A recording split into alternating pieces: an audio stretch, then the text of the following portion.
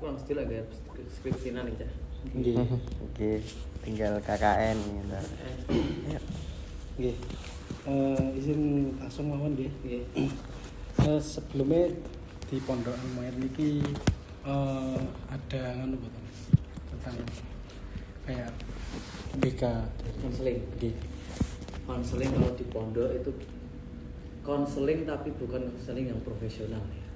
Tapi ada konseling tapi konseling yang ya nggak profesional ya. Eta konseling lah kemarin lah.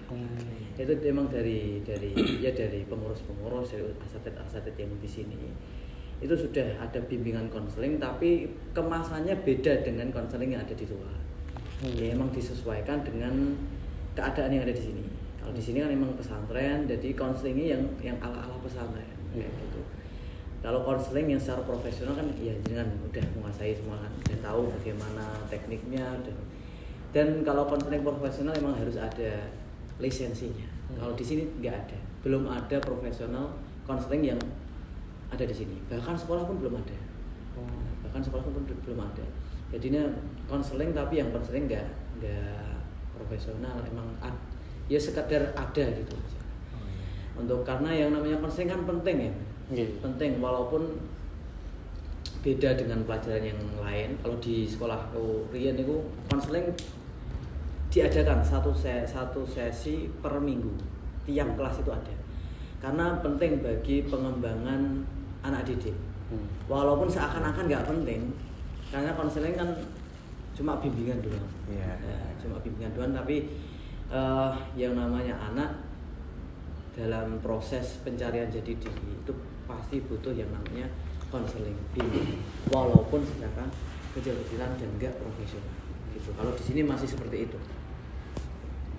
Kalau misalkan ada teman-teman santri yang melanggar itu biasanya dikasih konseling apa langsung hukum? Kalau tergantung pelanggarannya dan sudah berapa kali dia melanggar. Kalau pelanggarannya berat itu tetap ada konseling dulu. Konseling dari ustadznya yang ngasuh dia atau yang punya wilayah di situ. Nanti dia dipanggil, tetap ada pencerahan dan ada bimbingan juga bahwa ya anak yang seperti itu emang butuh disadarin dengan pendekatan psikologis yang cocok dengan anak tersebut. Karena kan beda-beda, karakter anak kan beda. Ada yang pendekatannya lewat sebuah tekanan, itu ya dia. Tapi ada anak yang nggak bisa didekati dengan sebuah tekanan. Emang harus mengemas seperti koncone dhewe. Jadi nggak bisa langsung di des nggak bisa. Ketika pelanggarannya berat tetap ada konseling dan juga tetap ada sanksi. Kalau sekedar kecil-kecilan itu ya untuk sederhana nih, gampangannya diingatkan secara biasa. Tapi kalau udah lanjut nanti diadakan konseling bimbingan selama 1 bulan sekali itu kan ada malam pitulasan nih. Sebenarnya malam pitulasan. Malam pitulasan itu ya di situ nanti ada sesi di mana di situ ya sesi bimbingan untuk khusus keseharian pondok, mulai dari kegiatannya, kelakuannya, sifatnya dan yang nggak jauh-jauh dari itulah.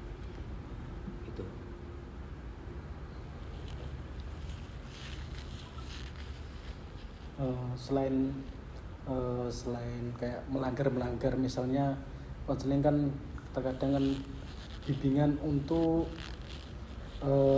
memajukan, misalnya per individu kan masih butuh perkembangan gitu. Iya betul.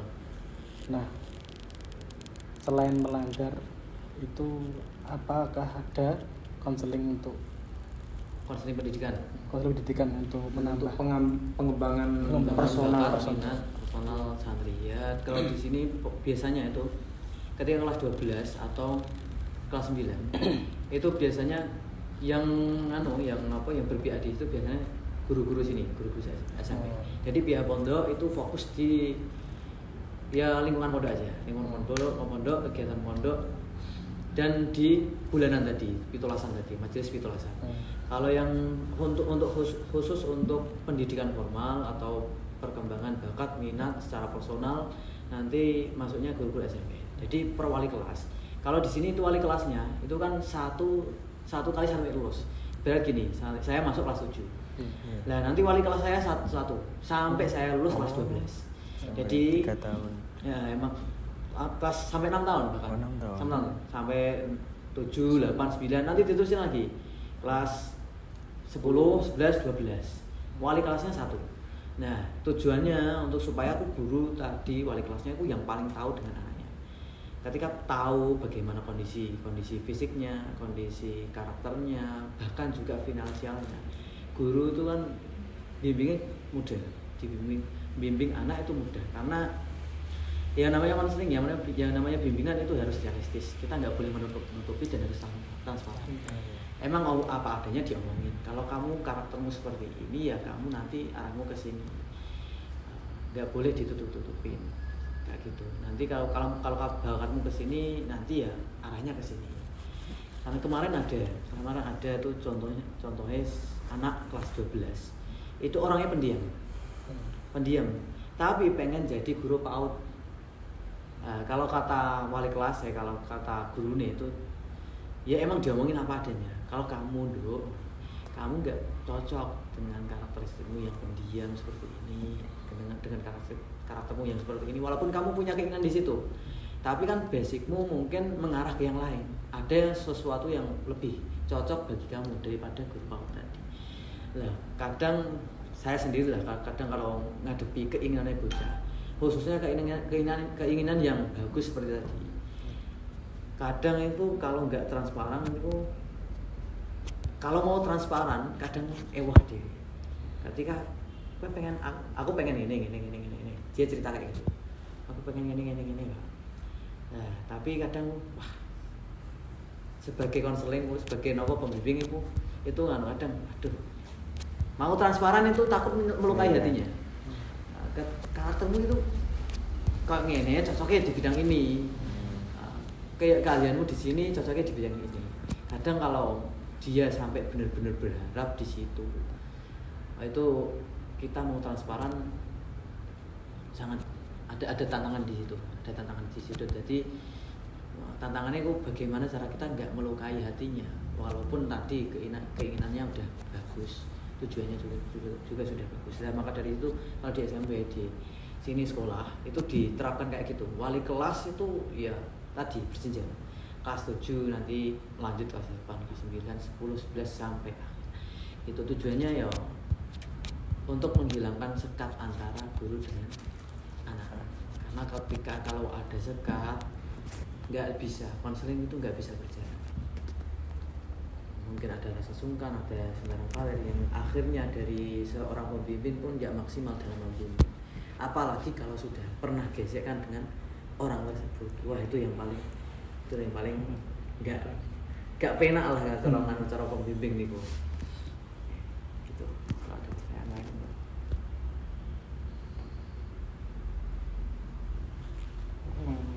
Terus kalau hubungan asatid sama siswanya kalau di sini itu seperti apa? Hubungan asatid dan siswa. Kalau di sini ya menurut analisis saya, asatid itu semua asatid yang ada di sini itu sudah seperti teman, nggak ada sekat, ibarat bahkan nggak ada sekat.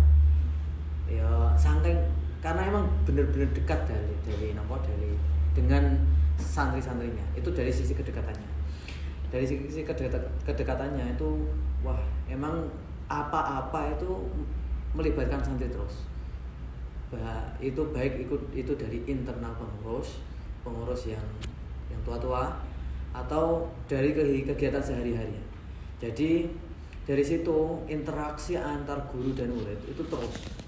Bahkan kadang ada guru yang rela nggak apa-apa tidur dengan anak-anak. Kadang kita visitasi ke kamar-kamar gitu. Kita tidur di situ, kita jagong di situ dengan tema-tema yang mereka punya. Jadi nggak kita yang membangun komunikasi, tapi mereka yang mulai membangun interaksi sendiri. Jadi karena fasenya kan beda. Anak gen alpha kan beda bahasanya dengan gen Z. Gen milenial juga beda.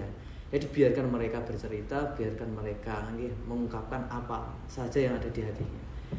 itu visitasi tiap, ya nggak ada rutinan, nggak ada, cuma sering banget guru-guru di sini tuh keliling kamar, jagong, bahkan tidur di situ. Itu dari sisi kedekatannya. Kalau dari sisi pengajarannya ya satu, nggak ada kalau di sini ngajar nggak ada guru yang apa ya, yang benar-benar memberi batasan bahwa aku gurumu, kowe muridku. Nggak ada pembatas yang seperti itu. Jadi kalau dalam masalah itu mendidik, kita benar-benar open minded ya sebagai guru. Murid mau mengkritisi seperti apapun disemangatkan. Nggak ada batasan attitude di situ. Ya attitude tetap ada, tetap kita pakai sesuai kondisi kita pesantren. Tapi kita nggak ilfil, seorang guru nggak ilfil dengan adanya attitude. Gitu. Kadang kan ada guru yang kalau bocahnya pola sidik tapi langsung kamu nggak punya adab gitu. Ada yang guru seperti itu, tapi di sini alhamdulillah nggak ada yang seperti itu. Semua guru di sini ya open minded sama anak-anak, walaupun dikritisi separah apapun, guru tetap open minded dan bisa ya mendekati anak-anak dengan cara pendekatan kognitif. Anak-anak itu kan aslinya nggak paham, dia butuh sebuah pemahaman. Permasalahannya di situ doang. Kalau dia paham, dia akan memaklumi dan akan menerima segala kebijakan yang ada. Khususnya di kebijakan ya. Kalau kemarin itu ada yang diterima masalah kebijakan HP. Kalau dulu itu kan HP benar-benar saya larang. Emang nggak boleh pakai HP kecuali emang pas tes gitu. Hari-hari biasa. Kalau dulu kan kebijakannya itu 1 minggu 2 kali, tiap hari Selasa sama Jumat. Tapi semenjak saya nggak boleh, HP benar-benar nggak boleh. Tapi kemarin setelah kebijakan itu berlangsung selama hampir 2 tahun ya. Kemarin itu ada mungkin ada wacana sendiri dari anak-anak atau bagaimana sampai itu ada anak-anak yang ngomong sendiri ke aku pas wayah leyah wis sekitar wis wengi kok diparani ngomong pembahasan tentang HP. Jadi seumpama HP dibuat kayak dulu lagi gimana? Wis seminggu sepisan mereka itu bagaimana? Nah itu dari situ. Ketika saya telisik lagi ya emang tadi ya, yang namanya HP sekarang itu ibarat ya butuh nggak butuh. Tapi kalau dari anak-anak, piye caranya bisa butuh HP gitu. Sampai ada yang emang nggak setuju dari kebijakan itu sampai apa ya, nyadui sembarang kalian dulu awal-awal nyadui sembarang kalian itu ketika awal-awal awal-awal ada kebijakan seperti itu ya aku tahu ya ngertos tiangnya sing di karakternya sing mudi, tapi ya biasa lah, nggak usah terlalu sensi dengan adanya seperti itu dari sisi pendidikan dan kebijakan. Kalau kedekatan dengan murid dari sisi keseharian ya seperti tadi, kita nggak mau memiliki batasan yang terlalu ketat dengan murid kita ya kabeh kuwi santri. Karena status guru di sini ya khususnya guru pondok di sini tetap santri. Jadinya kita tersatukan, terwadai dengan adanya kata-kata itu. Kita semua itu masih santri walaupun aku sing ngajar kowe, contoh saya walaupun kowe sing ngajar. Kita sama-sama santri, kita sama-sama ya di sini ya santri bareng-bareng, nggak ada sekat gitu. Sekat tetap ada tapi ya sewajarnya, nggak terlalu sensi dengan sekat dan adab gitu, adab yang terlalu ekstrim gitu. Berarti sistem kayak santri sama asatidnya itu apa saling kalau nggak ada sekat sama sekali itu apa itu udah sistem dari pimpinan atau kalau itu berjalan secara alami, berjalan secara alami. Kalau dulu antara guru dan murid itu sekatnya sangat-sangat jauh, bahkan ya segampangannya ngomong bantah guru kira wani. Tapi emang sekarang guru ini Gen Z sedanten. Jadi ini orangnya gaul-gaul gitu. Orangnya gaul-gaul ya cedak karo muridé ya klop karo muridé. Ya ada yang gen milenial cuma ya sudah teracuni dengan racun-racun Gen Z ngono gitu. Dados iki nggih secara alami bukan tanpa ada sekat ya. ada sekat tapi lebih dikemas secara harmonis sekatnya. Nggak terlalu sensi, nggak terlalu jauh gitu kan. Tapi sekatnya itu lebih harmonis. Ya tahu batasan aku gurumu, kowe muridku, itu tahu, tapi lebih harmonis aja. Jadi tapi kalau ya sesuai pengalaman saya selama adanya kedekatan yang seperti itu. Satu, murid itu lebih aktif berbicara. Yang kedua, murid itu ternyata juga punya pendapat saat ini, dan pendapatnya pun bagus-bagus.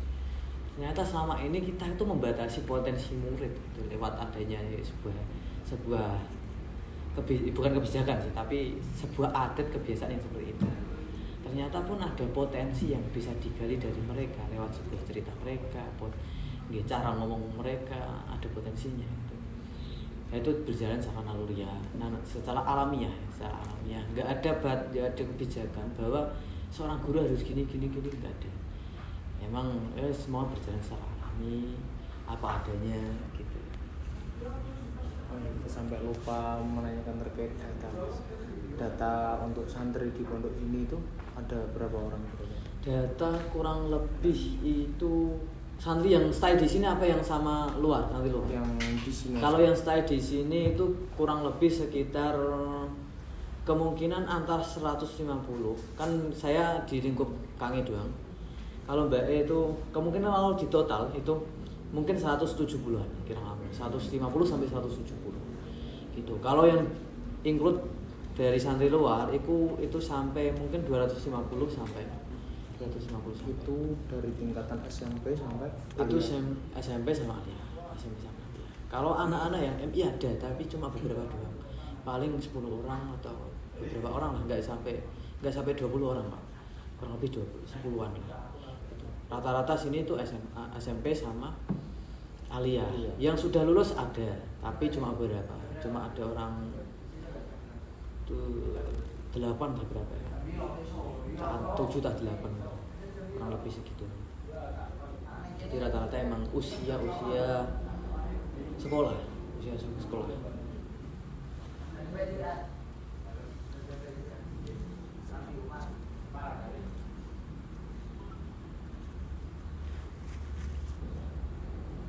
Jadi nanti dibuat makalah gitu. Iya, buat laporan. Kita nanti laporan.